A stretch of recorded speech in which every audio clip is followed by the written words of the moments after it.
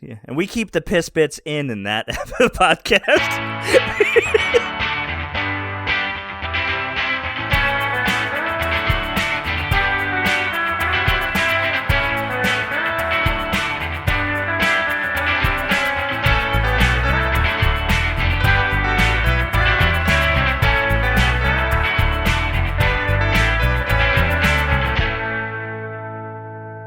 Hello, best friend Brenbrens, and welcome back to Season 3 of Rewatching Home Movies, a weekly watch-along podcast where three friends break down the 1999 animated series Home Movies. My name's Tim, and I'm obsessed with home movies. My name's Adele, and I'm a home movies newbie. And my name is Marcin, and I've never seen home movies. Home Movies Season 3, Episode 12, titled Stowaway. Original air date November 24th, 2002 on Adult Swim, written by Brendan Small, Bill Broaddus, cast, directed by Lauren Bouchard, and produced by Carl Adams. Synopsis for this episode: the kids decide to run away to Europe and become artists. Meanwhile, Coach McGurk's car breaks down, and he has no money to fix it. That is relatable. Yeah, I was going to say that relatable. This sounds like my autobiography, genuinely. I've had 12 lemons. Yeah, I wasn't thinking about it until we together sat down to watch this episode, but I'm like, I relate to like every other thing happening in this episode. Uh-huh. I have Very a lot of thoughts relatable about it. I will also say the title, so just transparency, before we started this episode, we had some technical difficulties. I have shitty internet, the title of my second autobiography. Right. But I was trying to figure it out, and while I was figuring, I couldn't like not look at my screen, so I saw the title like many times. I couldn't look away. Yeah, that's okay. I mean, this episode, it's pretty cut and dry. The title, Stowaway, it's about them, being stowaways. So I don't think we're going to be reaching for a second or even third meaning on this one. So Yeah. But very fun episode nonetheless, and we are going to get into that. But first, we are going to get into the creative corner, shall we? The creative corner, of course, is something in the realm of creativity that we're producing, consuming, whatever that we want to bring to light. So please, bring us in for this creative corner. Towley? Hey, it's me, Towley. Don't forget to bring a towel. A creative corner, doodly-doo. Towley. Son of a bitch. Towley, We got him. I have a friend. I have a friend who's a big fan of you. He's going to be on next week. God damn it. Ah, you want to get high? Oh, Towley. Yeah. Not during the podcast. Yeah, That's our Towley. policy. On the down. We'll talk to you at the end of the podcast. All right. Who would like to go first for this creative corner, or shall I? I'll go first because mine's kind of short. Nice. Go for it. It's more of like a, hey, this exists, so go watch it. So on Netflix, there is a docuseries called The Family. And what it is about is how since the 1970s, Christian nationalism has been weaseling its way into the American government. So if you want to learn more about that and the bullshit behind the corruption of this country, or the country that we are in as America, but if you want to learn more about it, go watch it. It's on Netflix. It's very informative, very eye-opening to all the fucking bullshittery that's been going on behind the scenes for 50 years. Right. And currently in front of the scenes. Because more recently. they're not hiding a fucking thing. Yeah. Yeah, and people want to pretend like it's not in front of their eyes, and they want to say that, nah, I can't goddamn stand it. Yeah. So yeah, it's called The Family on Netflix. Short and sweet. It's short and sweet, and also very, very traumatic for everyone. This is kind of one of the reasons I was like very adamant of like one of the ideas we wanted to do for the second season possibly was moral oral, because not so much as I wanted to break down that series as much as I just wanted to have the discussion that each episode of that brings, and I think the dialogue. Yeah. And I think that was the family specifically. Oof, such a scary, but like, god damn, please just understand. Yeah. Very, very good creative quarter. Quick and easy and terrifying and heavy. Yeah. Such is life. Hell yeah.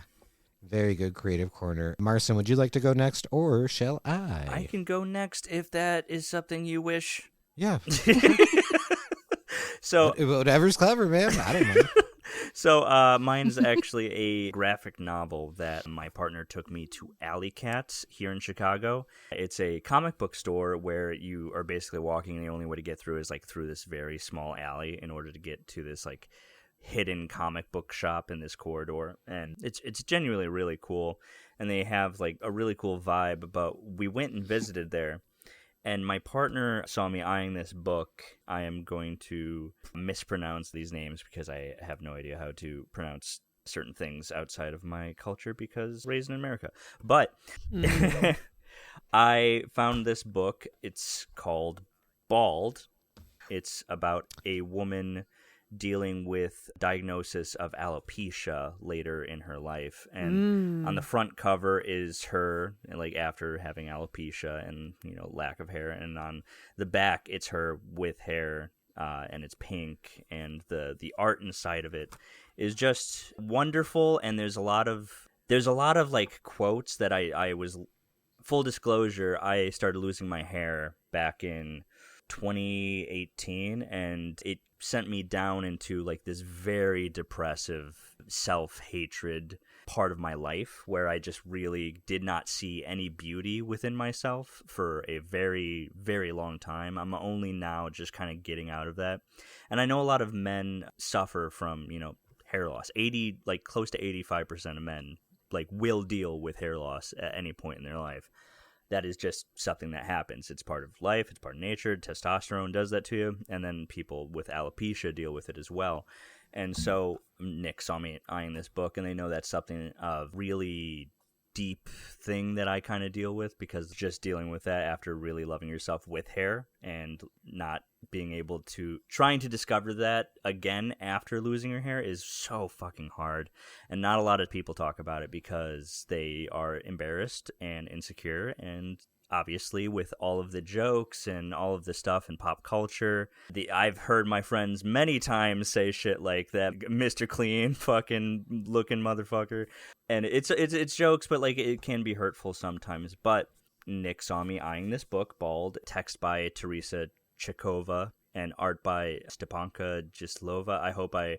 I really truly hope I didn't disembowel those pronunciations, but it's from an independent publishing group called Graphic Mundi, and there's just this woman going through her journey through alopecia and trying to self-discover her love again for herself, and just seeing the world through this different lens. And it's very real. And one of the quotes in here that I remember reading is a moment when she goes to this writer's retreat in Scotland, and they're all getting very close over the course of, I think it was like a week or two. They're all just kind of talking openly, and by the end of the trip, they're all very close, and they have this one circle where they're talking, and one of the things that she says, and I'm going to read it, and I quote, "I envy people who feel comfortable being physically close to their friends. I can't do it. When I try, I feel uncomfortable, like I'm not respecting their personal space and I'm being a pest." And that's something that, we hear a lot from people, but hearing it here out loud, and that really resonated with me. And the book is just so full of relatable things that happen when you start losing part of yourself that you really enjoyed and loved, and trying to really discover who you are and what you like about yourself again. And so I highly recommend, if you're going through something similar where your body's changing in a way you can't control and it's hurting and you start hating yourself, I recommend reading it. It's a really cute book. The art's amazing. I love the color palette. And I just really like the story, and I resonated with it a lot. That's awesome. Yeah.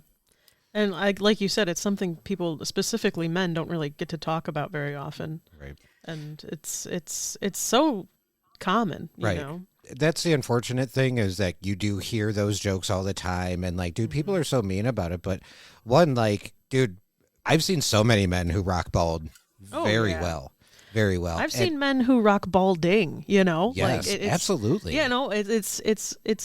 It's not an undesirable feature whatsoever. And what I personally would recommend, just because I've been in stand-up comedy for so long now, is seek out like clips and comedians who, are very vulnerable on stage and talk about their baldness. I personally know like 3 comedians with alopecia.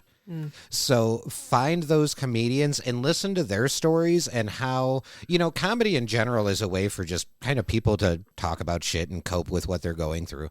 So finding those comedians either with alopecia or just, who are bald, who talk about it and are vulnerable about it on stage might give you a little more insight into like how some people have dealt with this and have found the humor in it. And that's the big thing is, dude, at the end of the day, people fucking suck. And no matter what you've got going on, somebody who's insecure, somebody who has never been hugged by their father, somebody who has big internet muscles is going to try to pinpoint that and mock you for it.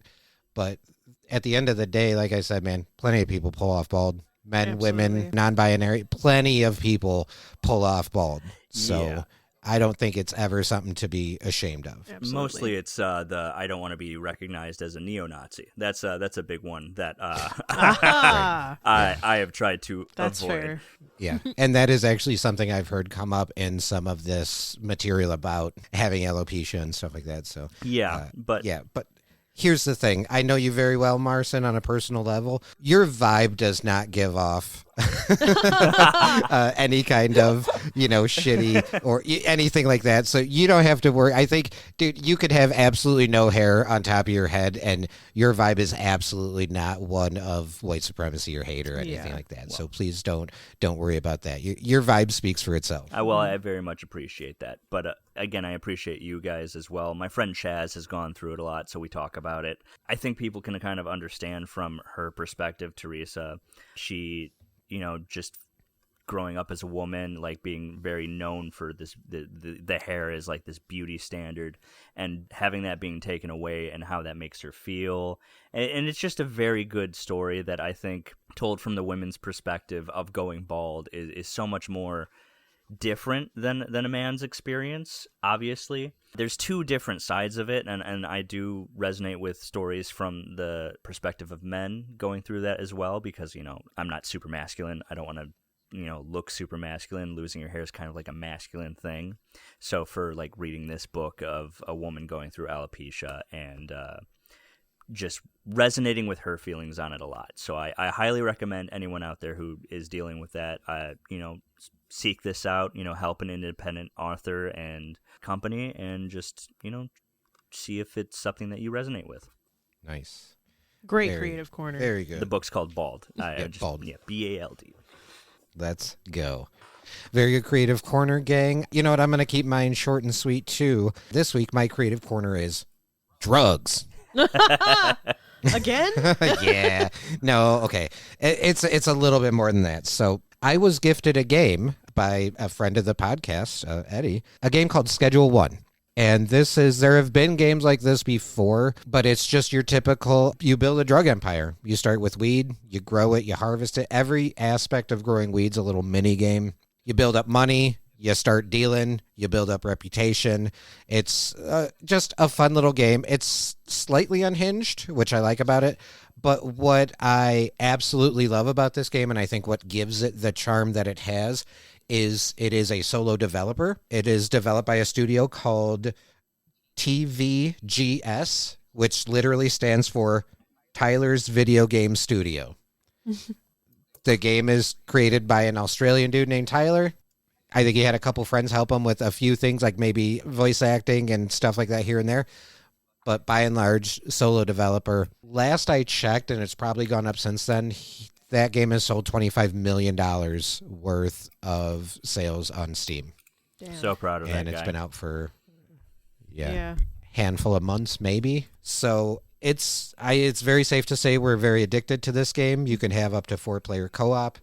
It gets so intense. Adele and I have been playing with Eddie, and it's so funny because we have our moments of, like, we kind of are like, all right, this is what I need to do. This is what I need you to do, kind of setting out our day. And then it's like 5 minutes of silence as we're all just like hyper focused on getting our stuff done. So very fun game. Schedule 1. It's on Steam. It's a $20 buy. Solo developer. I cannot recommend it enough. Very fun. Yeah, it is very fun. Eddie has told me a lot about this game. Would you have any interest in playing it, or is it a game? Here's the thing. I love playing video games. I love playing games with you guys. I have the most interest in playing games with you. It's just, God, my schedule sucks, dude. I would love to, like, I'm off today. I don't know what you guys are doing later, but I've heard a lot of Eddie talk about this game and how much he enjoys playing the game. So just to hear it from, it's like a small creator, I'm always just so excited and proud of people for, I could only imagine how it'd feel like this thing I work on just like suddenly blowing up and people going like, oh, it's really good. And also, here's some money. You don't have to worry about rent for a bit. Like, that sounds amazing. And it's amazing on two fronts, too, because one, the community is so fucking cool. And two, he has already come out and he's like, guys, we are just getting started. I'm going to try to add this. And immediately his community's like, hey, man, that sounds great. And like, we're looking forward to all the content, but please take your time. Don't burn yourself out. If you need to hire help, don't be afraid to. You know what I mean? Like, the community is like becoming a safety net for this dude to be like, we can wait. Take your time.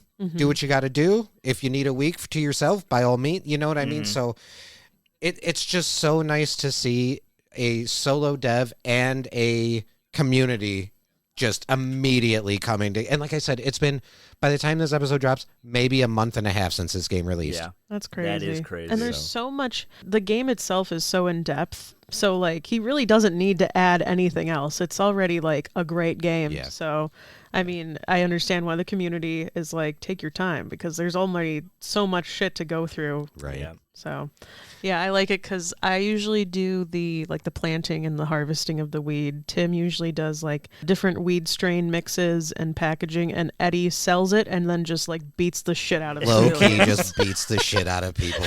Sometimes for literally no reason. Oh, that's a big Eddie. Okay, That's an Eddie move. Eddie loves that, dude. You should have seen him in Dark RP on Gmod. He was relentless. Yeah.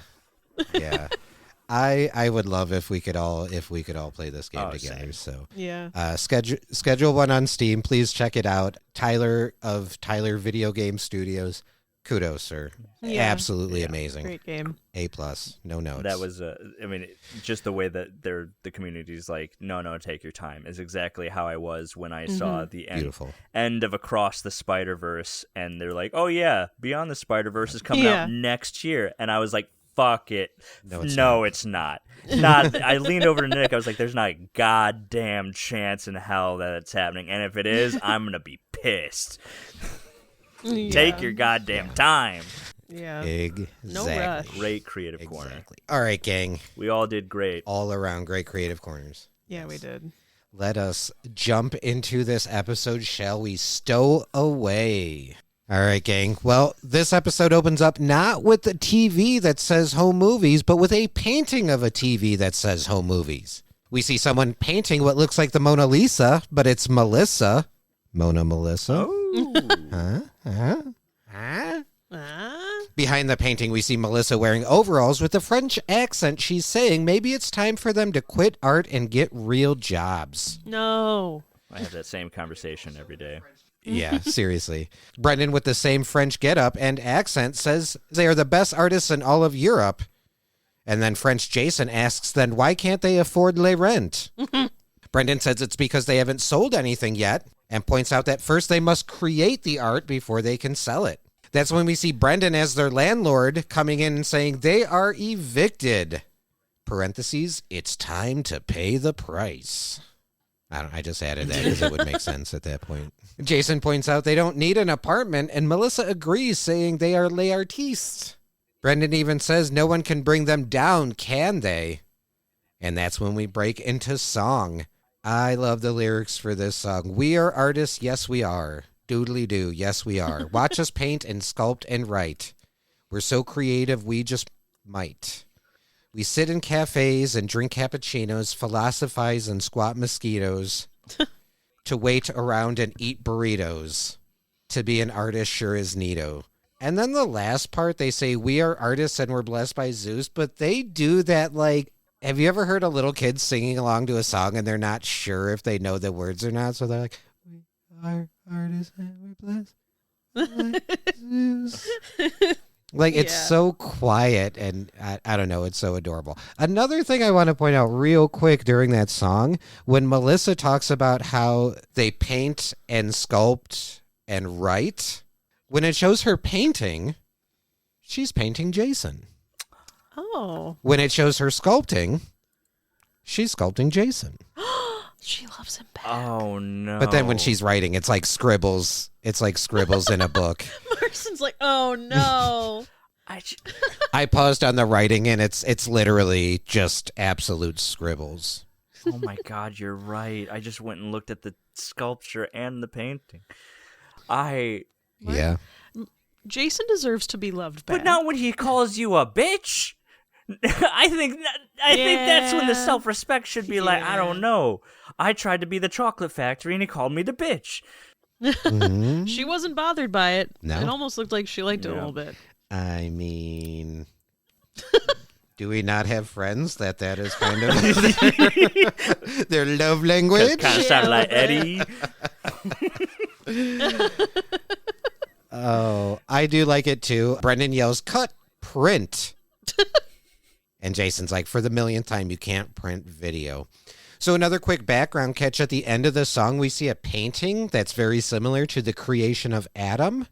But instead of God and Adam, we have two different versions of Coach McGurk. I like that the soccer ball is covering his face. And then he's holding the black hole brew. They're not touching. He's just passing a. Yeah. This is the painting I want to get for Tim someday. I want to make sure that you have it. Yeah. Yeah. On canvas, framed preferably. Right. No, I guess if it's on canvas, it doesn't have to be framed. But if it's not canvas, it should probably be framed. Yeah. Brendan comments, another perfect movie finished. And that's when Jason points out he yelled cut before the music was over. So it's actually not perfect. Even gives him a little wink. We get a quick shot of Brendan, and his face almost appears to be stuck in a thinking position. He's even like, That's when he tells Jason and Melissa they should run away. Honestly, they should just run away to Europe. I literally have this conversation every day with everybody who wants to listen to me. Yeah. I'm jonesing to move to Ireland and become an artist there. Sure. Why have we talked about moving out of the country so much recently? I think it's fear and trauma. Better life. Better life. There's an island in Ireland that is just the population of the island is just artists, and I want to live there very badly. Sounds amazing. That sounds amazing. With free healthcare. After Brendan says that, Jason makes an offhanded comment that he doesn't know if he can get out of work. That's funny. Well, Brendan proposes that they run away to Europe, create art, steal pies off windowsills, sneak around high society parties, and get grants from old rich ladies. Sounds like a plan. Let's do it. Yeah, he's got it figured out. Well, Melissa admits that it does sound cool, but Jason asks if they're too young to go to Europe. And Brendan points out that they actually do have children in Europe as well. Damn. Brendan continues that their movies aren't appreciated here, and maybe Europeans would appreciate their art more. Jason even says Europeans have a more avant-garde sensibility, and Brendan points out so do they. I think Europeans also have just a more respect towards art, you know? They've also had a culture that has evolved over the course of 1,000 years, while we have a culture that was evolved over the course of 200 years. So I think they have respect for just humans in general. Yeah, it sounds like Jason's down as long as he can have cottage cheese on toast every morning for breakfast. That sounds like Nick. Does Nick like cottage cheese? Oh, yeah, they love cottage cheese. I fucking love cottage cheese. Adele dude. loves cottage cheese, but I've never seen you have it on toast. No, I eat my cottage cheese with applesauce like a proper old woman. Yes, but do you eat beans with toast? I've never had that. I fucking hate I beans. also hate beans. I like beans. I despise beans. I'll eat a bean. You're like Paula. You have those 6 beans. Oh, I see. Ooh, jokes. Sorry. The next scene, we have a top-down view of traffic.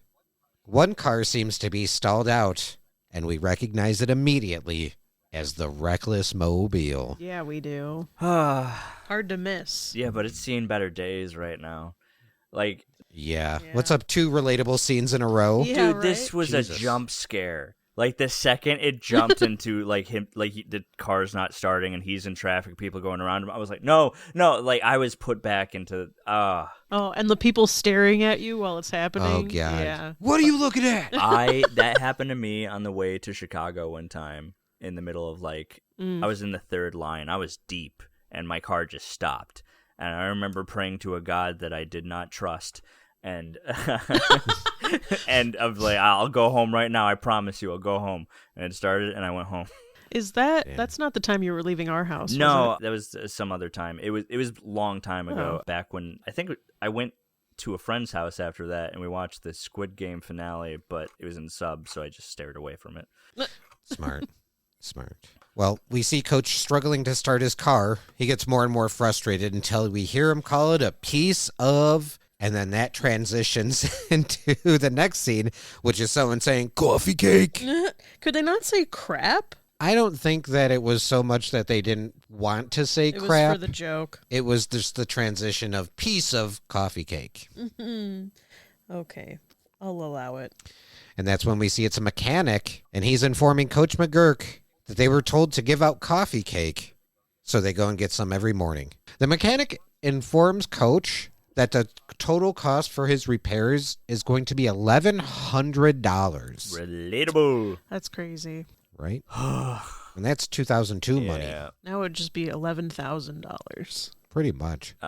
He points out the carburetor, power converter, both which need to be replaced. Oh, the rear axle shot, the differential shot. Coach tells him pretty much start working and he'll figure out how to get the money together. There's Poor Coach. Poor Coach. I've been in this position. Someone told me it was going to cost me $2,200 at one point, and I was like, just bring it down. Just bring it down. I'm out. Like this. Oh, I've had multiple mechanics tell me the amount it's going to cost you to fix this car is probably more than you paid for it. And that's about the time I say, not worth it. Yeah. Every time. Also, this was where Max Mofo was, the assistant.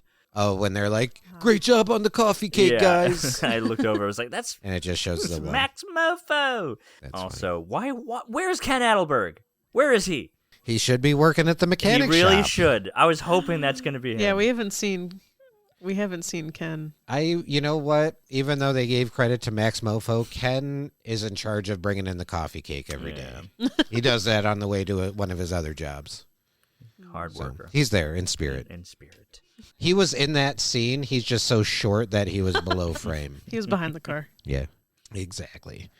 Well, beautifully transitions into the next scene. We see a bus stop. The bus opens its doors, and it's Coach McGurk. He's now stuck riding the bus. Coach sits in front of Brendan, who immediately asks him what he's doing on the bus.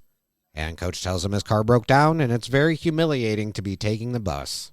He proceeds to ask Brendan why he's so sad and sitting alone by himself, even calling him a loser and saying nobody likes him. You know who else is sitting by himself? Coach McGurk. Exactly.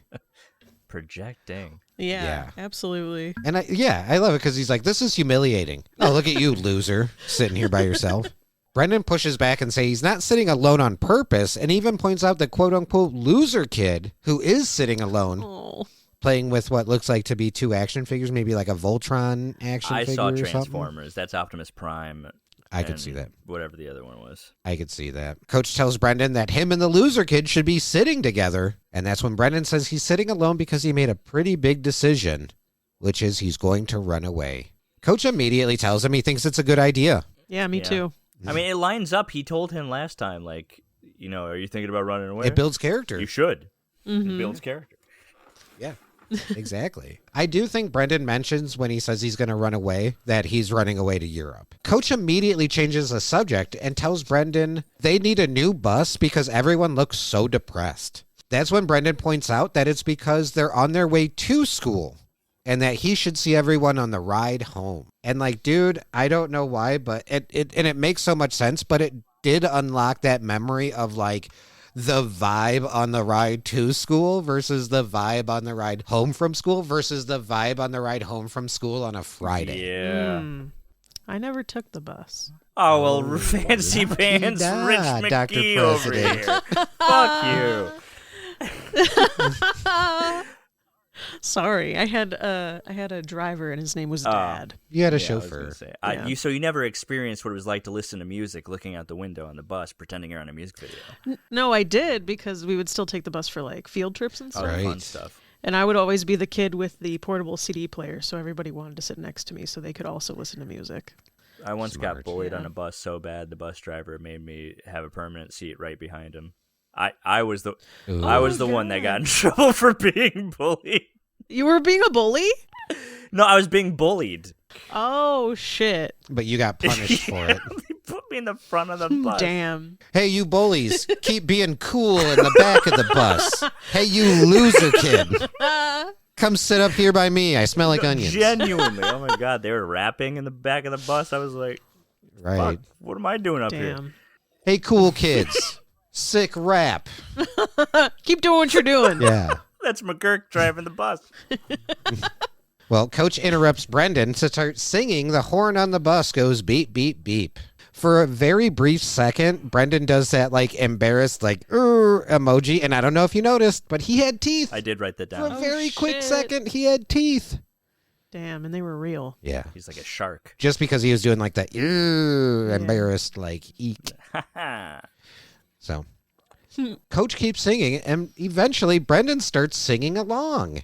I like it because by the time Brendan's getting really into it, he's like, oh, we're at school. What was it? The rah rah rah. The gears on The bus gears on go the bus. rah rah rah rah rah rah. And those are the gears. I loved how into it he was like rah rah rah. Yeah.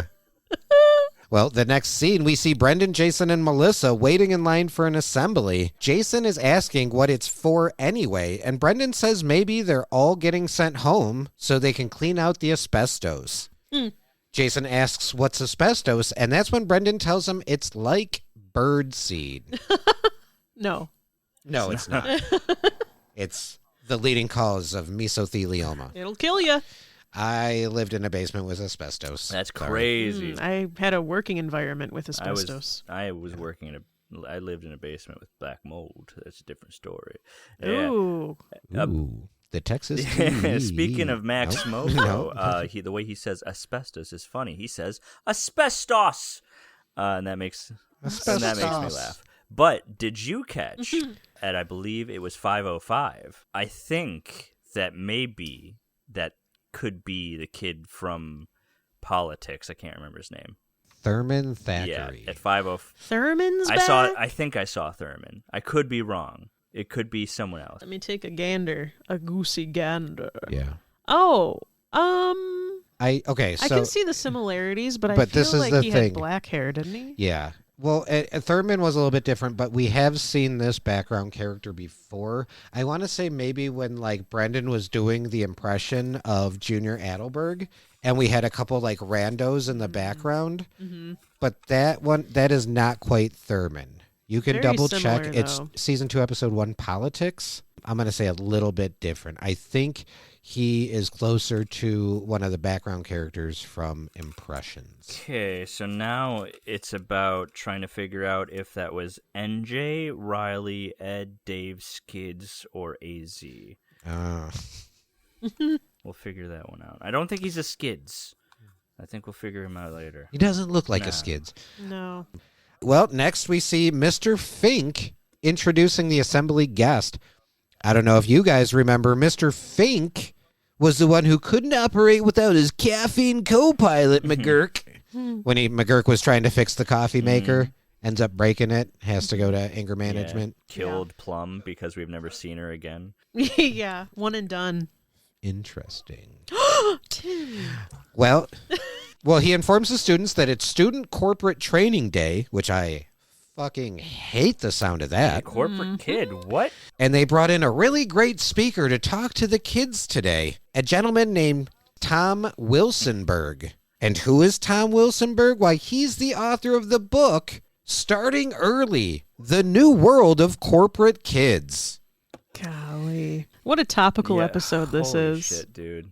I love that it started with them wanting to run away to Europe and then immediately goes into this like capitalistic propaganda assembly. No, I mean, and it's like, yeah, you should run away. It's the whole thing because also McGurk is in poverty and he's having to gamble in order to pay off a car. God, it's too I didn't real. know they did Parasite like 20 years in the past. Also, Tom, that's his name? Tom Whistleman. Tom. It is Tom Wilsonberg. Tom Wilsonberg? Yeah, that big lie. That's Benny from Fallout New Vegas. That's all I can see, and he acts exactly like only true gamers will get that reference. I'm not a true gamer. Sorry. That's okay. Tom Wilsonberg is voiced by Ian Roberts, and it is safe to say I have no issues with Ian Roberts. He played his character quite well. Yeah. And this character, I fucking hated immediately. He's got that fucking salesman grind set ass mentality. Right. But it's all fake. It's just double speak, and he's just like saying words that sound like they mean something. They don't mean anything. Seize the day. So, and not to mention, we see he's got multiple cameras set up because he's multicasting this. I think he said to 40 schools. Yeah. So he's charging this school to do this presentation and then probably charging these other 40 schools to simulcast it. Dude, I fucking hate this type of person. Because agreed. I hate this whole mindset of seize the day, this is how you make money is by being an entrepreneur. Not everybody can be an entrepreneur because that defeats the purpose. You can't blame poor people for not being entrepreneurial when not everyone... Fucking preach, dude. It defeats it. Seriously. Not to mention, this guy is the exact fucking sleazeball type that is telling these kids to come up with a quote-unquote loose business model. Mm-hmm. So if even one out of 100 kids comes up with a remotely decent idea, he can fucking steal it immediately. Oh, absolutely. Absolutely. That's why he's there. So yeah, he does the, when I yell seize the, you say day. Seize the day. When we do that tier list about like the worst characters, the most hated ones, I am very... Home Movie's got a lot of them. I cannot wait to see where we put them. Yeah, they do assholes really good in this show. They do. I feel like this is probably a combination. Wild theories here. Wild theories here. That's Jason's mom! I think a lot of the animators have dealt with characters like Fenton, characters like Mr. Lindenson. I just feel like anytime a character like this would come up, like an animator's like, oh, I got this. I've met someone like this. Or when they're recording their lines and they're doing like the improv and like just the story of like, oh, greasy salesman. Yeah, I remember once I had an interview for a job and the guy was a total, did you know you can start making money only if you let yourself? They be out there. If you let yourself make money. Dude. Those door-to-door salesmen that have the videos, their grind set videos of no soliciting sign, that actually sounds like an invite to me. Like, dude, go fuck all the way off. Yeah. You're a kid. They're not going to arrest you. What are they going to do? Just don't take no for an answer. Do you want to buy a wallet? No, I don't. I hate you. Go away. Oh, okay. No. You took no for an answer. Fuck you. Seriously. Well, he goes on to say that his big secret is that you can make big money as long as you let yourself make it. Oh my God. I had no idea. He asks the kids, what do you think about that? And he's met with a kind of a tepid response. Well, then he says, what if I told you you could start making that money today? The kids respond with slightly more excitement than they did the first time. But then he breaks them into groups to present him with an idea to make money. A loose business model. Now, I'm not asking for miracles here, just a loose business model. You know, how every 8-year-old knows exactly what that means. More relatable content. We cut to Jason, Brendan, and Melissa. Jason is just over it. Yeah. He's like, I'm switching schools.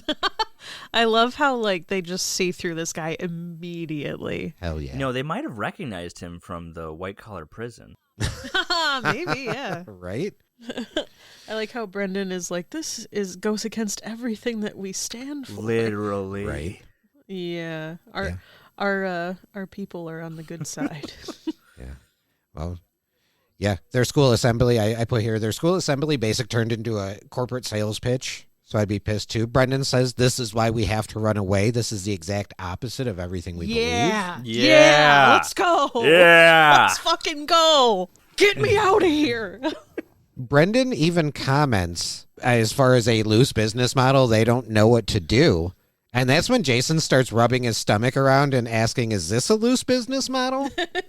Which does get a good laugh from Brendan and Melissa.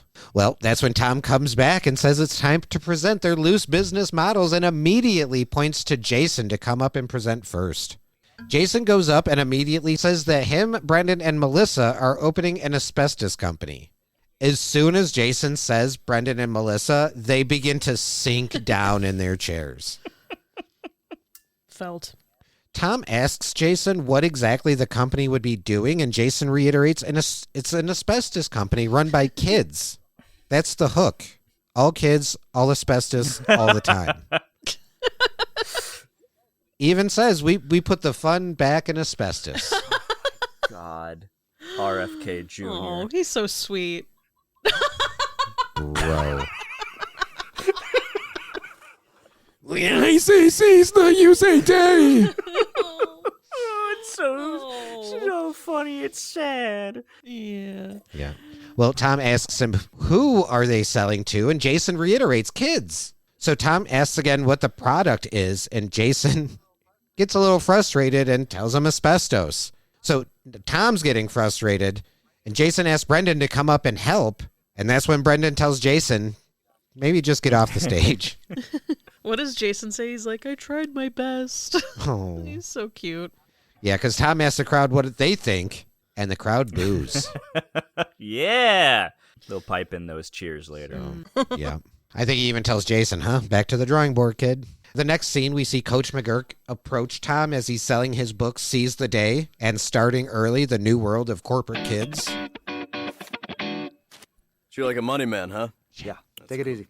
Yeah. Well, maybe you could give me some advice. I need to make $1,100 quick. Why? My car's in the shop. When you need the money by? Say a couple days. I'm going to tell you a little something. This goes against a lot of what I was saying up there in the seminar, but you can make a lot of money fast gambling. Don't tell anybody I said that. I won't. So you're a financial expert, and your advice is go gamble. Oh, yeah. I go all the time. You ever want to come with? Let me know. I could definitely show you a couple of tricks. The Ace of Spades, cool card. I was kind of more looking for, financial advice. Stock market or something. You know what I call that? I call that slow go money. That takes a while to earn. I'm talking quick bucks. I'm talking magic money. I'm talking sick piles of money. I'm talking lay on your bed in your Vegas room, throw the money in the air, and dance as it showers down on you money. I'm talking frosted glass limo money. I'm talking big cowboy hat, silver turquoise buckle money. I'm talking gambling. I am in love with you. It's not homosexual love. That's a fascination with the good news I'm giving you. I'm telling you that there's a way to make money. And all you got to do is sit down in a chair and pull a lever, or sit down in a chair and flip over a card. I'm talking about gambling money. Okay. All right. You know what? I'll go gambling with you. Whoa. Hand off neck. Hand off neck. No. Okay. All right. Take it easy. Look, hey. I'm willing to wager you that after I'm finished with you, you'll be $1,100 rich. How much you want to bet? What are the odds? You call them. Call them out. I'm talking gambling money. That gave me such Jean Ralphio from Parks and Recs. Because I'm technically homeless. Technically homeless. This is genuinely, whenever I go visit my friend Chaz down in Kentucky, he's like, let's go gambling. Let's go. The thing gambling. he says, and it's all in, it's ironic, of course, but he always says this to me when we're at the casino. He'll be like, you're 7 bets away from generational wealth. Oh my God. We went, okay, so for Tim's 40th birthday, we went to a casino just because he had never been to one. And there was a woman literally winning like 80 grand and just Could not be bothered. She just had like no expression on her face, like nothing was going on. And me and Tim were like, she's winning 80K right now? What the fuck? Yeah. We were losing our shit, and she's like, another day? It's Tuesday. It was wild. I think I wrote like a bunch of jokes about it. I'm like, we can't imagine how much she's lost. Yeah. If 80K is just like a... Yeah, we got to bump those rookie numbers up. I personally not a fan of gambling. I'm the same way that McGurk was from the front of it, from the start, where it's like I think I have an addictive personality. I'm so scared of gambling. Is the most dangerous addiction you could possibly have. Whoa. Yeah. Oh, absolutely. Yeah. That's why we went with we just took birthday money and played penny slots for a few hours, and then we're just kind of like, okay, we're bored. Yeah, I believe I won $60 How'd it that day. feel? It was pretty happy. And I think I lost 50 birthday dollars. Maybe more. 50 birthday dollars, you say? Yeah, it was fine. Yeah. I come from a long line of gambling addicts. God, dude. So I try to stay clear. I started Smart. steer clear from that. Smart to do that. The next scene, we see Brendan, Jason, and Melissa talking on the phone, and we have that three-way horizontal split, like the walkie-talkie scene from Shore Leave. Yeah, I was happy to see that again. I really liked it the first time. I like it too. I liked all of their phones that they had. They all had different phones. Yeah. Yeah. We do see a gnome on Brendan's bed. Classic bed gnome. The scene opens with Melissa saying it's a pretty big step, and Brendan says he knows that, and kids run away all the time. That's what they do. So a couple quick background catches. We have a movie poster for a second to last Tango in Paradise and Moulin Bleu. So these are a play on Last Tango in Paris. Oops. Second to last Tango in Paris. I think I said Paradise. So these are reference to Last Tango in Paris and Moulin Rouge. Yeah. Brendan is even reading a travel book called Europe in One Day. So Brendan continues to say that running away is like a rite of passage for children. But Melissa pushes back and says, sure, they run away, but do they need to go to Europe and become artists? Brendan claims they do. Melissa asks why they would even run away and give up living in nice houses and having good home lives, essentially saying they have no reason to run away. So Brendan concedes and says that she is right and they have no real reason to run away now, but then offers this compromise, saying just because their parents are nice now doesn't mean they won't slip up and turn into terrible parents in the future. So they'll keep an eye on their parents, and if they do slip up, we outta here. Click. Melissa and Jason immediately call Brendan's bluff, saying he's still on the phone. Melissa says maybe he did hang up, and Jason suggests maybe the phone company added the word click when someone hangs up, and he starts to ramble about how that's actually something I've always wanted. And in the middle of a sentence, Melissa says, click. And it's a short scene of Melissa and Brendan laughing while Jason asks if anyone is still on the phone. Good bit. Very good bit. Good friendly bit. Yeah. Well, the next scene, Brendan is obviously trying to catch Paula, quote-unquote, slipping, and asks her how come they never have ice cream anymore. Paula tells him look in the freezer because she bought 2 gallons of Rocky Road because that's his favorite, right? Even, like, begrudgingly, he's like, yeah. So we have a wipe transition. Now Brendan and Paula and Josie are all eating ice cream, and Brendan is asking, when was the last time we went to the movies? Feels like a million years since we've been to the movies. And Paula said, I was thinking the same thing. Why don't we go this weekend? Trying to catch her up being a bad mom, but we all know Paula's a great mom. Right? So, again, Brendan begrudgingly agrees. Another wipe transition shows Brendan with a karate headband on saying, Mom, I want to take karate. Not at the Y, Mom. Not at the Y. What's wrong with the Y? The Y is What is the perfectly Y? fine. YMCA. Oh, okay. Yeah, I don't know. I'd say not at the shopping malls. The what are those?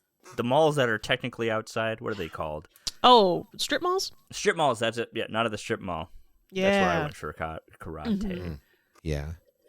Well, it's funny because Paula's reading a newspaper and she kind of looks at him and she's like, well, you can definitely use the exercise, so I'm willing to look into it. I think Brendan karate chops the table and immediately passes out. So then we have another scene where Paula's laying on the couch telling Brendan, thinking about painting the living room. Brendan still has the karate headband on. Yeah, he does. He kind of squints and says, what color? And that's when Paula says purple. And that's when we see Brendan packing his suitcase saying, sorry, Mrs. Small, I'm not very fond of purple.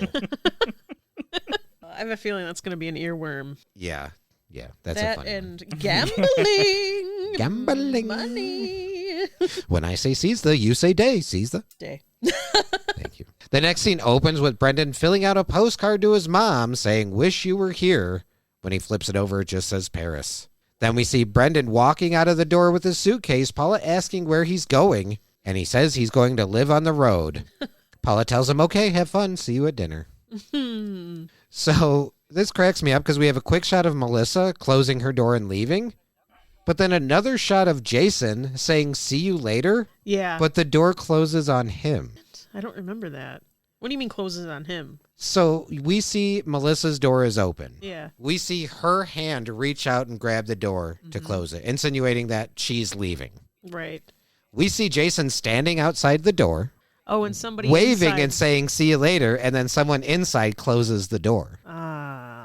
Well, it sounds like Jason has free, unquestioned range of what he can do as a 7-year-old, and his parents don't question shit. Seems like it. They were like, just get out of the house. From my point of view, I thought he was just saying goodbye to his house and then like pulling it out like down his way, because I don't see anyone else's hand, and you don't see his hand off screen. So that was my interpretation. Could be. I kind of took it as like he's telling his parents bye and they just shut the door. I think off. that'd be funnier, but I didn't see that. I didn't see that one woman from Storm Warning. So yeah, well, probably because that's not his mom. Not confirmed yet. Not confirmed yet. So now we see Brendan, Melissa, and Jason at a park. Melissa is saying that it's been 4 hours and that it's very boring. Brendan gets defensive and says that he has a plan. He just doesn't want to share it with them because they'll question every part of it. So Brendan says that this is pointless and they should just go home. But in the middle of talking, we see Jason kind of stop what he's doing and go wide-eyed. And when they ask if he's okay, Jason says if he doesn't eat something soon, he might die. I feel that. Sorry, I was on the ground. I fainted. It's probably because I haven't eaten that much. I used to live on a farm. Yeah. I set paint on fire. One time I slept through Halloween. I have $3.82. And a nickel. Justice for little mama, for sure. Yeah. Well, immediately we see Jason, Brendan, and Melissa eating at a table full of food. Melissa is asking them how they plan on paying for it. They don't have any money. And that's when we see Brendan opening his suitcase to reveal it is filled with a bunch of VHS movies. And he's explaining to the waiter, I think, that they're willing to exchange some of these films for the meal. So he runs away, and the only thing he packs is his movies. Relatable. That's what I thought about that too, but he only wears one outfit. It's like Marson and his hard drive. Well, and they're going to Europe to have their art be more appreciated. Yeah. So might as well bring the art. Yeah, that's true. That's very true. Now we're like in one of the movies that he's trying to use to like negotiate this meal. And it's got kind of a James Bond spoof feel. It also has a little like Inspector Gadget or even like a Dragnet kind of feel as well. So I don't know if it was supposed to be specifically one of those like James Bond or just a little bit of everything. But Brendan is obviously playing like the spy. He's secret number 50. And Jason is playing the villain, which is Cold Hands. In the middle of the dialogue, Melissa drops in early from a rope, and Jason gets incredibly frustrated, saying he can't work with Melissa because he prepared and she can't even work the rope right. Melissa pushes back and says that's not true. She did prepare. And that's when Brendan in the movie freaks out. Yeah, like big time. Saying he quits. He's never going to make another film in his life. While he's saying all this, he's pulling a bunch of stuff out of like his jacket. He's got like a toy gun, like a special kind of watch, a glider at one point. How would that fit inside his jacket? Exactly. And then even pulls the strings on his coat, which inflates, and he starts to float away. And that's when the movie pauses, and we see Brendan asking if we're in business here. No. Right. That immediately cuts to Brendan, Jason, and Melissa washing dishes and mopping the floor. The next scene, we see Coach McGurk, and he's at Diamond Lou's Riverboat Casino. And that's when Tom approaches him saying it's time to gamble. Coach is being very honest with Tom and says he has an addictive personality. So he's afraid if he starts gambling, he won't stop. That's very self-aware of McGurk. Very much. So he did it anyway. Which is McGurk. Yeah. Well, Tom points out that all successful gamblers have an addictive personality. I mean, he's not wrong. Well, immediately Coach is on board. Tom says he seems tense, so they should get a drink. And again, in like a moment of clarity, Coach is like, should I be drinking? Don't I want to keep a clear head? That's when Tom puts a glass of champagne in his face and says, seize the day. Let's gamble. When there's a character that's worse than McGurk. Yeah. Seriously. No wonder they came to blows. The way that their relationship is working, they keep mentioning like gay stuff, and at one point he's like, let's get back to the bed, and later into the episode. Yeah, he's like, let's go roll around in the bed with our money. Right, because he's talking in the clip that we played, he's talking about like lay in your bed and throw the money in the air kind of money. Right. But we want them to be boyfriends. Even if they're toxic together. Yeah, McGurk might lighten up a little bit. Yeah. This is funny. We see Brendan, Jason, and Melissa. They're on a dock with a lot of boats, trying to figure out which one they should get on to get to Europe. Brendan just kind of points at a random boat. Jason says his plan is they hide in these boxes, and then the dock worker will just carry them in. Melissa points out those boxes are way too small, and they'll never fit inside the box. That's when we see the stack of boxes behind Jason, and they're like 12 inches long by 6 inches wide. Jason is even holding one of the small boxes in his hand while Brendan is explaining they're too small. And Jason straight up says, I'm not following you. Oh, Jason, my boy. Yeah. Well, I like this. This is another funny Jason moment because Brendan's like, I got a better idea. We knock out the guy, throw him in the water. He drowns. We go to jail. And that's when Jason walks up and kind of puts his arm around his neck and he's like, keep talking, buddy. Yeah, and then Melissa's just like, I'm just going to go ask if we Right. can go on And the then, boat. yeah, Brendan points out, wait, actually, that's kind of a crappy plan. And then that's when Melissa speaks up and says, I have an idea. Melissa walks up to the guy and says, hey, mister, can we go on the boat? And he's like, yeah, go ahead. He doesn't get paid enough to tell children. Oh, he don't what give a to fuck. do. He's like, dude, my job is to put these boxes from A to B. I'm not Yeah. your fucking dad. What made me laugh is when they showed up. They're like, "Which boat goes to Paris?" And Brendan's just like, "That one." Just like that one. And that made me. Oh, good luck. Good. We love yeah. we love an intuitive king. Right. Well, we're back inside the riverboat, and we see Tom and Coach playing blackjack. Coach has a 10 showing and a queen underneath, so 20, and he says, hit me, and obviously busts, right? Yeah. Here's the thing about playing blackjack, especially in a casino setting. If you did that, everyone at the table would be fucking livid. If you don't do what's expected, what's like traditional, normal, basically what Tom said, anything 17 and above, stay. Mm-hmm. That like fucks up kind of like what card was going to go to everyone else. Because now you're taking a card you shouldn't have.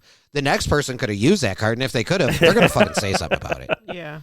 Playing blackjack this just brazen in a casino is the quickest way to get a table full of people absolutely fucking hating you. I've never been to a casino, so I didn't know the faux pas. Well, I've been to the casino one time in Kansas where Chaz was showing me how to play. What's the game where you put it on one like red color, Roulette? green? Yeah, we were playing roulette. Yeah, that was roulette. a scary fucking game. But I didn't know what the faux pas were. But they're like, don't touch the whatever the mat is the second that there's a. Yeah, once they put the ball in, all bets are that's final. You can't touch or move anything. It's Yeah, a they big get no-no. they get mad. I've only done penny slots. Yeah. I've very little to no What's Interest? the word I'm looking for? Fuck. Experience? Experience with gambling. The only gambling I've ever done was like penny slots with not my money. Yeah. So Right.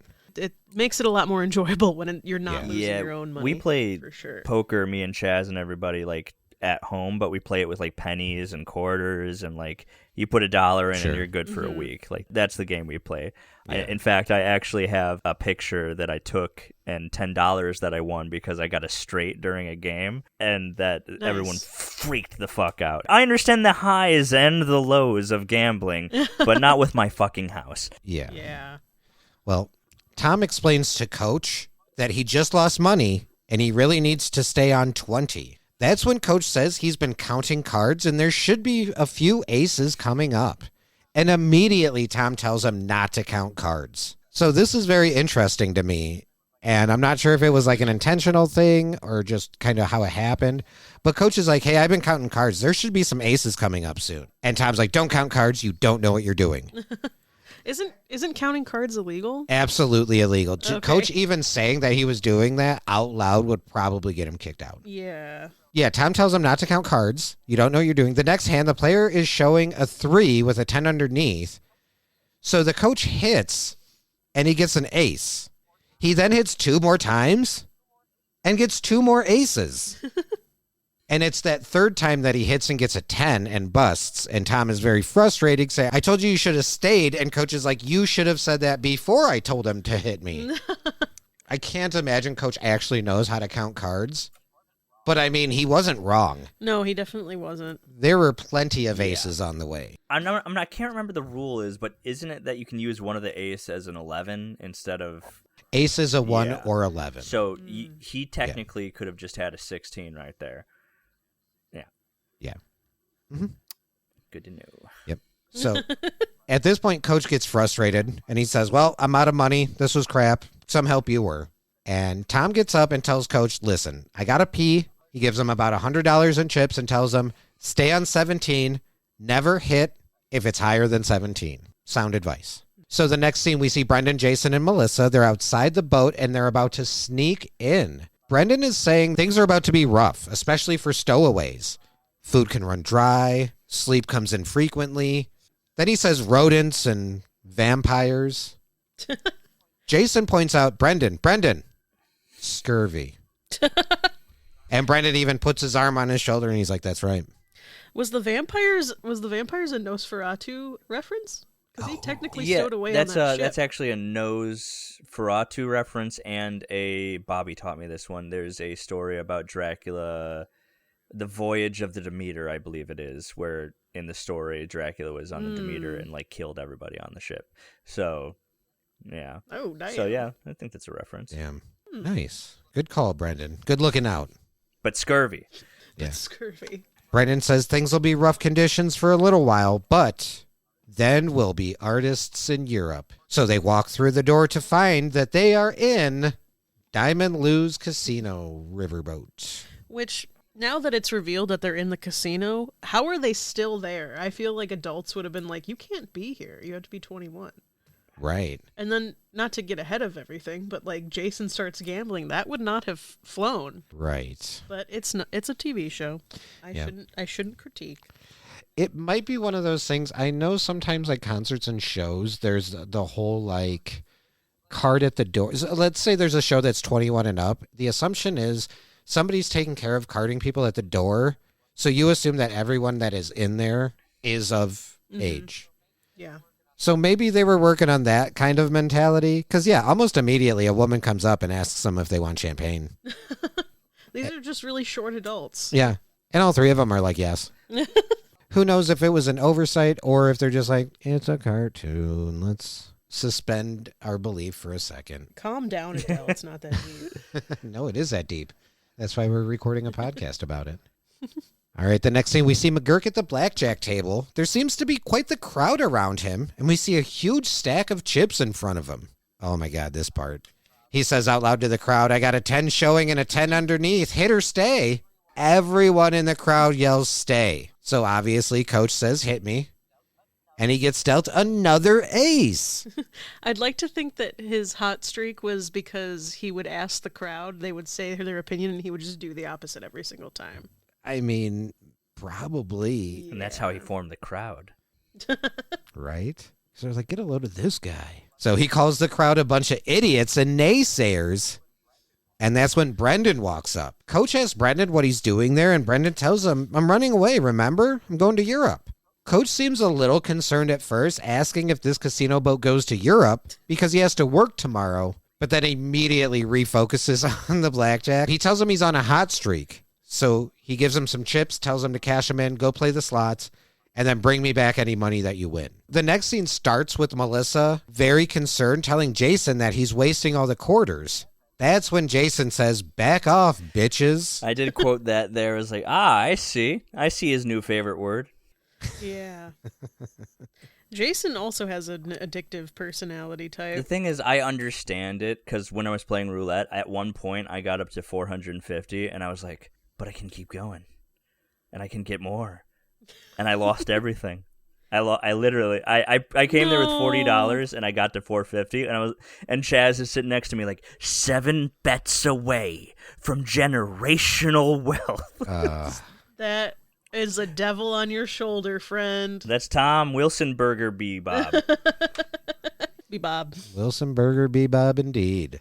Well, Brendan says, Jason, you're on a bad streak. And we even see it on Jason's face. He's got bags under his eyes.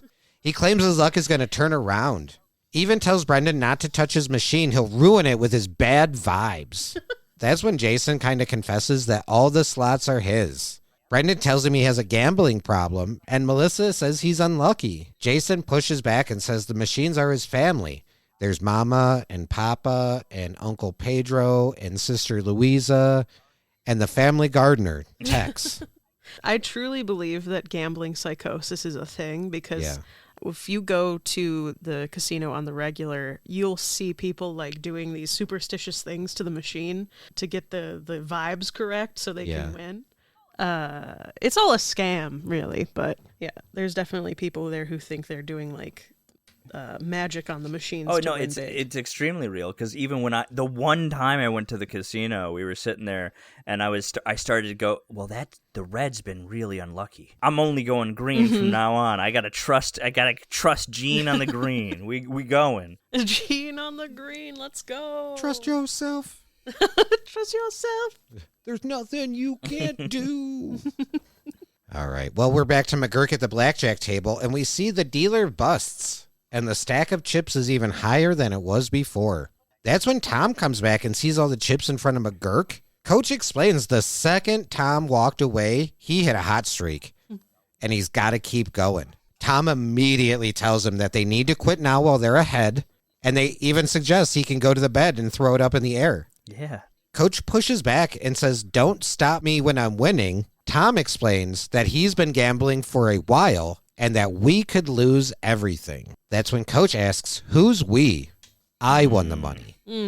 Tom pushes back and says it's his money. You know what they should have done?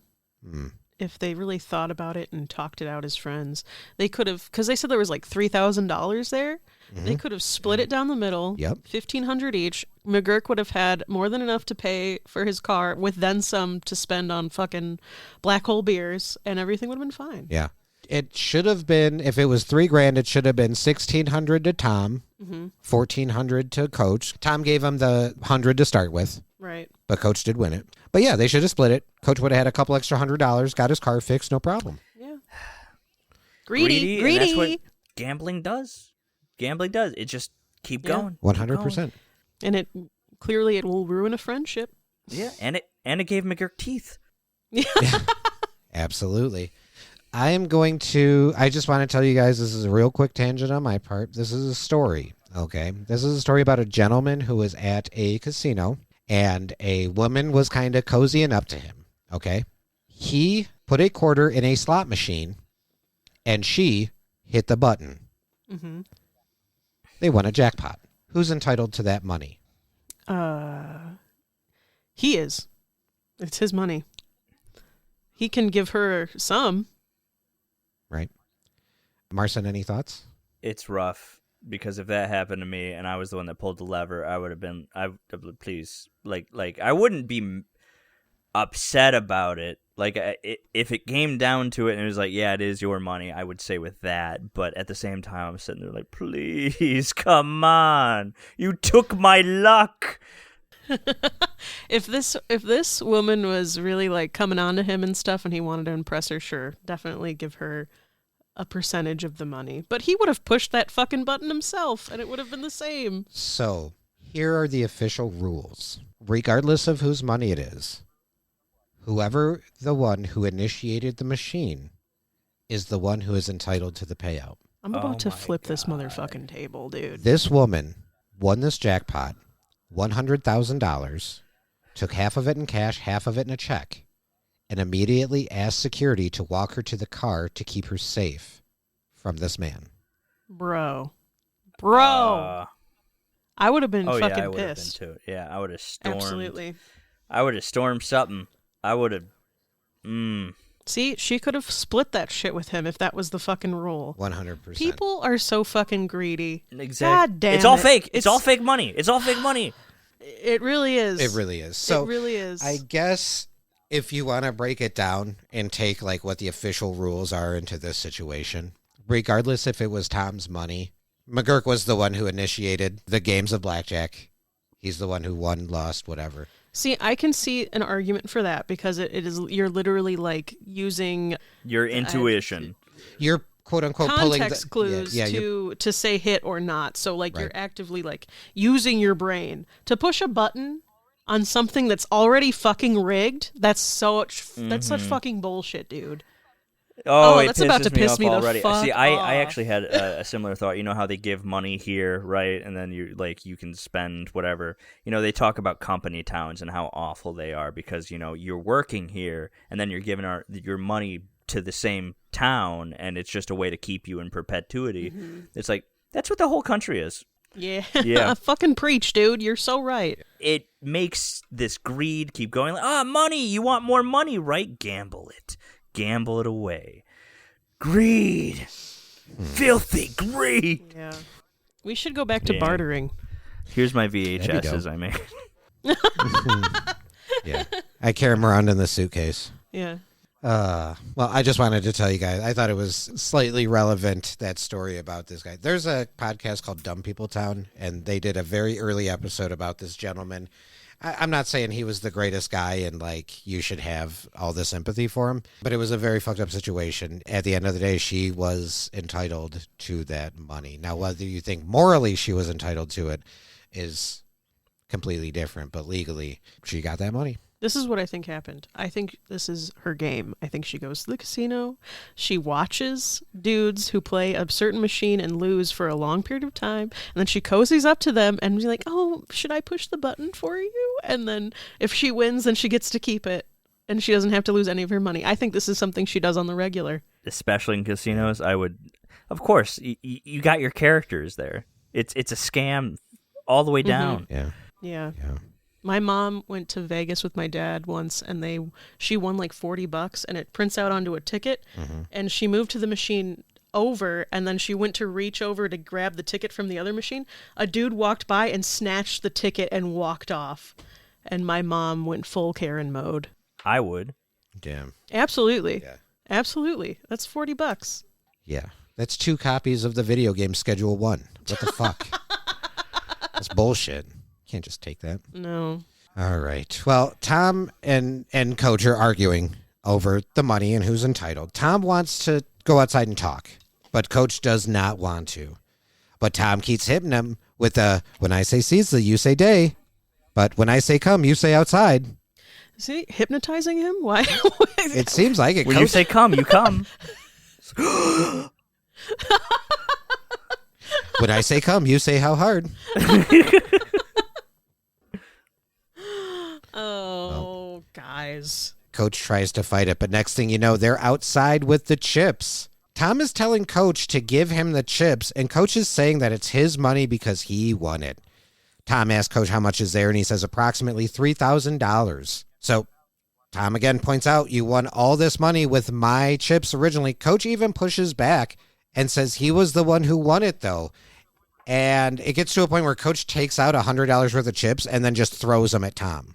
Damn. Yeah.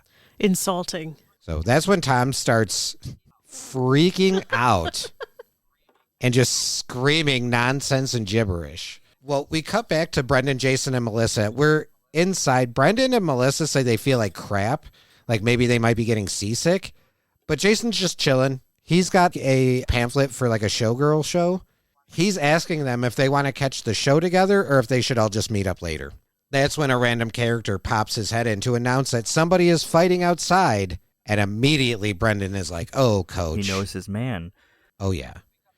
Well, we cut back outside and we see Coach and Tom pulling the chips back and forth, each yelling at each other, no, you seize the day. So Coach finally gets the chips away from Tom, and that's when Tom announces that he's going to give Coach the old whirlwind. So he starts swinging his arms in circles wildly and then making like a noise like almost a motor. Like The gears on the bus go. Coach is like, what are you doing? Tom says, that's the whirlwind, buddy. And that's when Tom hits the chips out of Coach's hand, knocks him overboard, and they go flying into the water. Tom jumps off the side of the boat yelling, seize the, and Coach follows him yelling, day. When they threw them into the water, I wrote down, say goodbye to Exodia! I'm not sure if you understand that reference. Very famous. They throw the Exodia cards off of the cruise ship in the first episode of Yu-Gi-Oh! And that's the only thing I could think when they threw the chips in there, because Joey jumps in after the cards, too. Seize them! Blue Eyes White Dragon. All right, so now we cut to Coach and Tom. They're talking to a police officer. They both have like towels or blankets. The officer says he has to fill out a report and claims, so people say you two were fighting? Tom and the coach claim, no, we weren't fighting, and they're even like giving each other playful little nudges. I feel like that's very much so like a guy thing. Like they'll fight like physically and then be like, we're just Oh yeah, buddies. I got Yeah. Meanwhile, I will hold grudges forever. Dude, it feels like it's at gunpoint at some point. Like, because I got into a fight with a kid in, like, 7th grade, and then afterwards we were about to get in trouble, and so we were both, like, we wrapped our arms around each other, like, no, we're fine. No, we're good. It's a survival tactic. Yeah. It really is. Well, the cop specifies they do not want to press charges on each other, and they both say no. And that's when Tom stands up and says, however, we do want to press charges against Diamond Lou's Casino Cruise for having unsturdy railing and slippery floors. So the officer says he'll get someone to fill out the paperwork, and that's when Tom tells Coach they're going to be rich. R-I-C-H-T, rich. Riched. Coach calls him a lunatic. And that's when Tom replies, yeah, lunatic like a fox. Like a lunatic, like a fox, but I feel like there's something else. He messed up like an ism of, like, but I can't remember the ism. Sly like a fox? That's what it is. Yeah, okay, yeah. Yeah, they're like lunatic like a fox. Yeah. Oh. Well, we see Brendan, Jason, and Melissa sitting on their bags outside the cruise ship. Brendan apologizes that running away didn't really work out, and Melissa tells him it's okay. She just kind of went along with it because Brendan seemed very excited. Aw. Well, that's when Jason points out, oh, cool, Melissa, you almost lived in Europe because Brendan was excited. You would have been grateful. Yeah, for real. Yeah. Melissa responds, well, I didn't say it was smart. I just realized something. What's this up? episode came out in 2002. Yeah. And they're like 7 or 8. Yeah. When this episode came out, I was the same age as they were. Oh, That's so funny. me too. Yeah. Sorry. Well, this is when Coach walks up and asks Brendan about his stack of chips. Brendan immediately throws Jason under the bus. Jason says, yeah, that money's gone. Melissa points out, hey, at least the money was gambled and not thrown into the water. And Coach tells Melissa to shut up. Damn. Then he tells Jason, you owe me $100. The way Jason reacted made me feel like he had some money hidden in his bag that he didn't want to tell them about. He does kind of try to like sneak away from the convo with his bag. He does a little side-eye action too. The bag did seem a bit bigger. Very interesting. Yeah. Yeah. Just full of cash. When they went outside to watch Coach fight, Jason hit a hot streak. Yeah. I bet. I wouldn't be a bit surprised. The next episode, he's wearing like all gold chains. And He's got a house like Ken Adelberg. The final scene, we're back at the small residence. Paula is asking how running away went, and Brendan said they ended up not feeling like it. Well, Paula tells him not to go into the living room until the paint dries. And might I say, that is not purple. That is magenta. No, he says crap. He says this purple looks like crap. Oh, okay. And I'm gonna have to agree with. I have nothing against the color magenta, but a magenta room would be overwhelming. Yeah. Mm-hmm. Yep.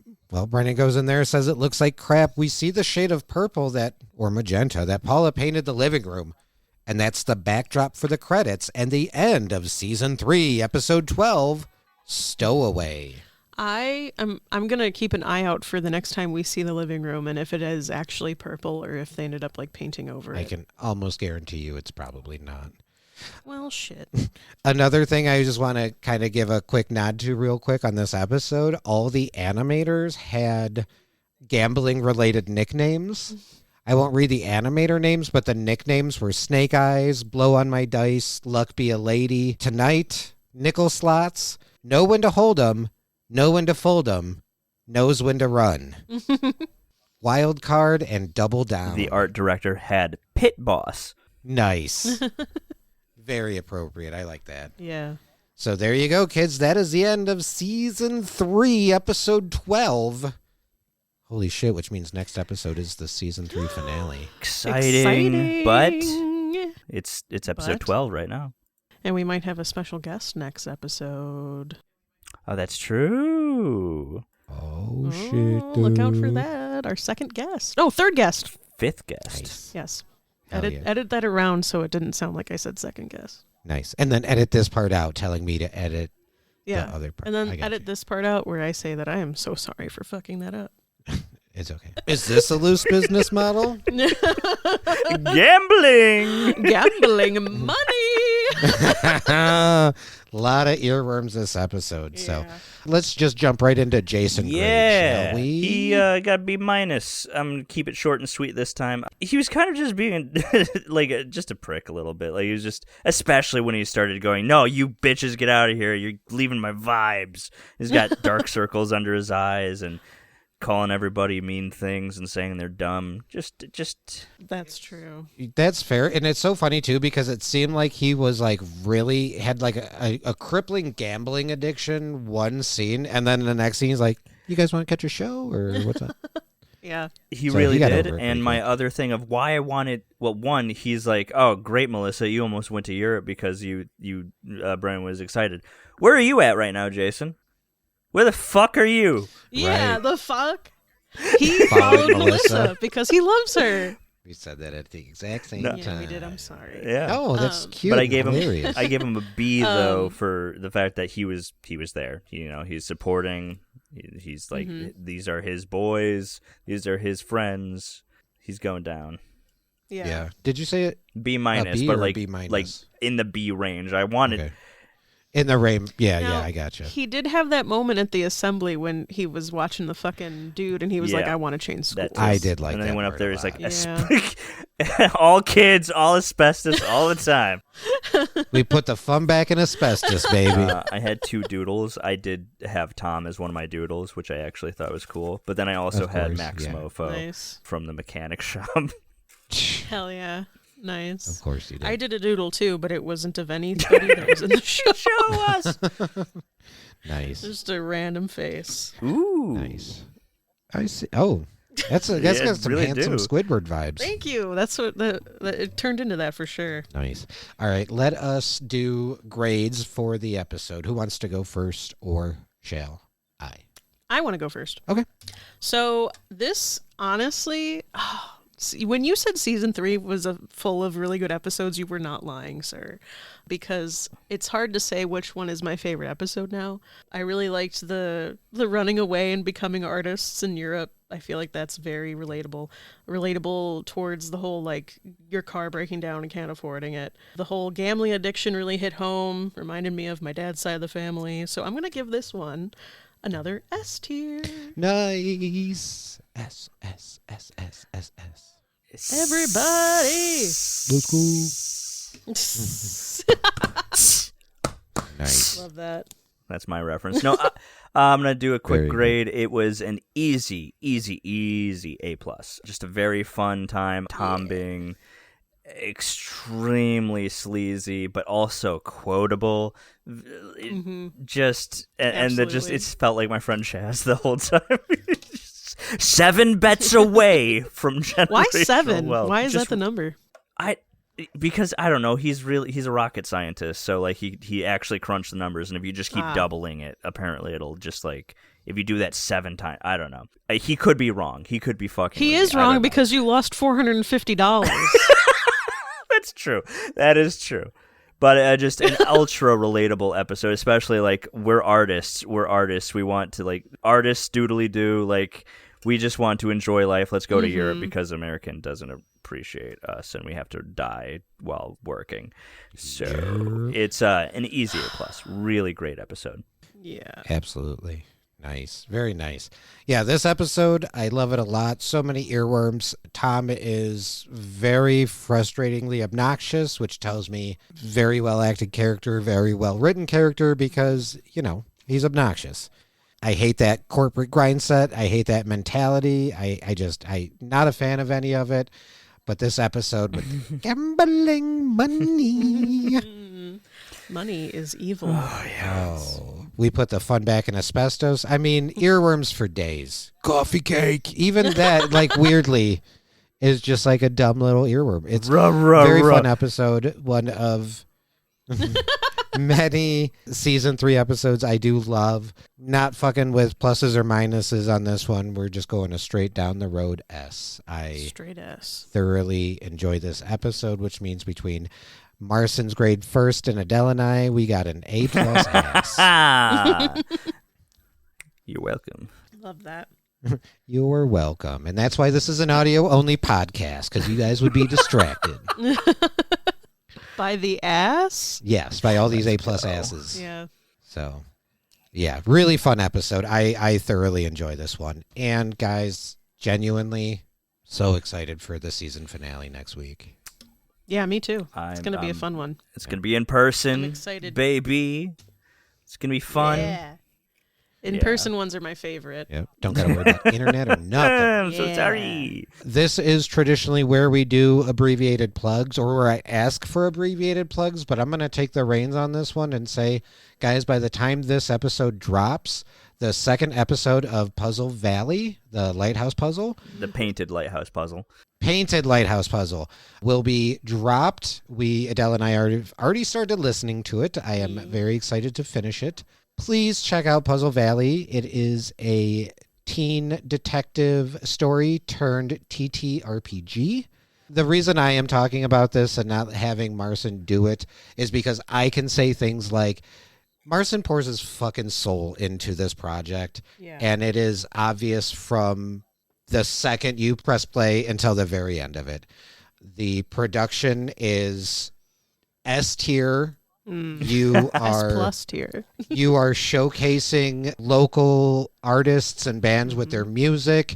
I'm really digging this season and the whole kind of like, you got the radio DJ kind of giving you recaps of the episode as well as bringing in the music in a very like Night Vale kind of feel to incorporate music into this story. I know personally a lot of the people that you have had help you on this project, and they are people who are near and dear to me. Guys, please check out Puzzle Valley. It is such a good podcast, and I can't speak highly of it enough. The second episode, The Painted Lighthouse Puzzle, is out now wherever you get your podcasts. Listen to it. I honestly do appreciate you saying it, because I've been staring at this thing for like, I don't know, a month now, so I don't know what to say about it. I really enjoy it, and I hope you guys listen to it and enjoy it as well.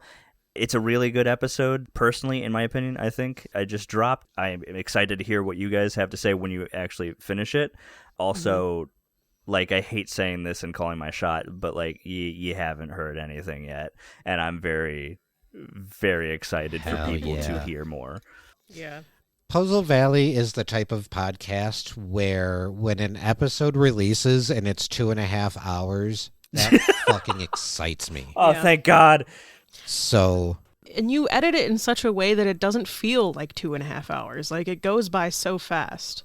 Like, Tim's like, oh, we're already an hour in. And I was like, oh, shit, are we? Because it's seamless editing that you don't even realize how fast it's going. Listen to it, kids. Cannot thank you enough. Appreciate both of you so much. I mean, if we're completely honest, if you're fans of this podcast and fans of us as people, then you will love Puzzle Valley. Mm-hmm. There's really no reason not to. And then you'll get to hear elusive Teresa and Ryan that gets referenced on our podcast. Yeah, and we keep the piss bits in that podcast. Yeah. Their piss bits are not on the cutting room floor. Yeah, we embrace the piss bit in Puzzle Valley. Piss bit. All right, gang. That's going to do it for this episode. Anything else we need to add at the end here? We good. We love you. Yes, that too. And always be careful when you're gambling money. I'm talking gambling. Ruh. That's going to do it for this episode of Rewatching Home Movies. Join us next week for the Season 3 finale, Coffins and Cradles. If you liked what you heard, check out our Linktree at linktree.ee/RHMpod. There you can like, follow, and subscribe. Send us an email to request free stickers or leave us a 5-star review. I will read 5-star reviews on the podcast. On behalf of myself, Tim, and my co-host Marcin, and Adele, thank you for rewatching home movies with us. We'll see you next week. Bye.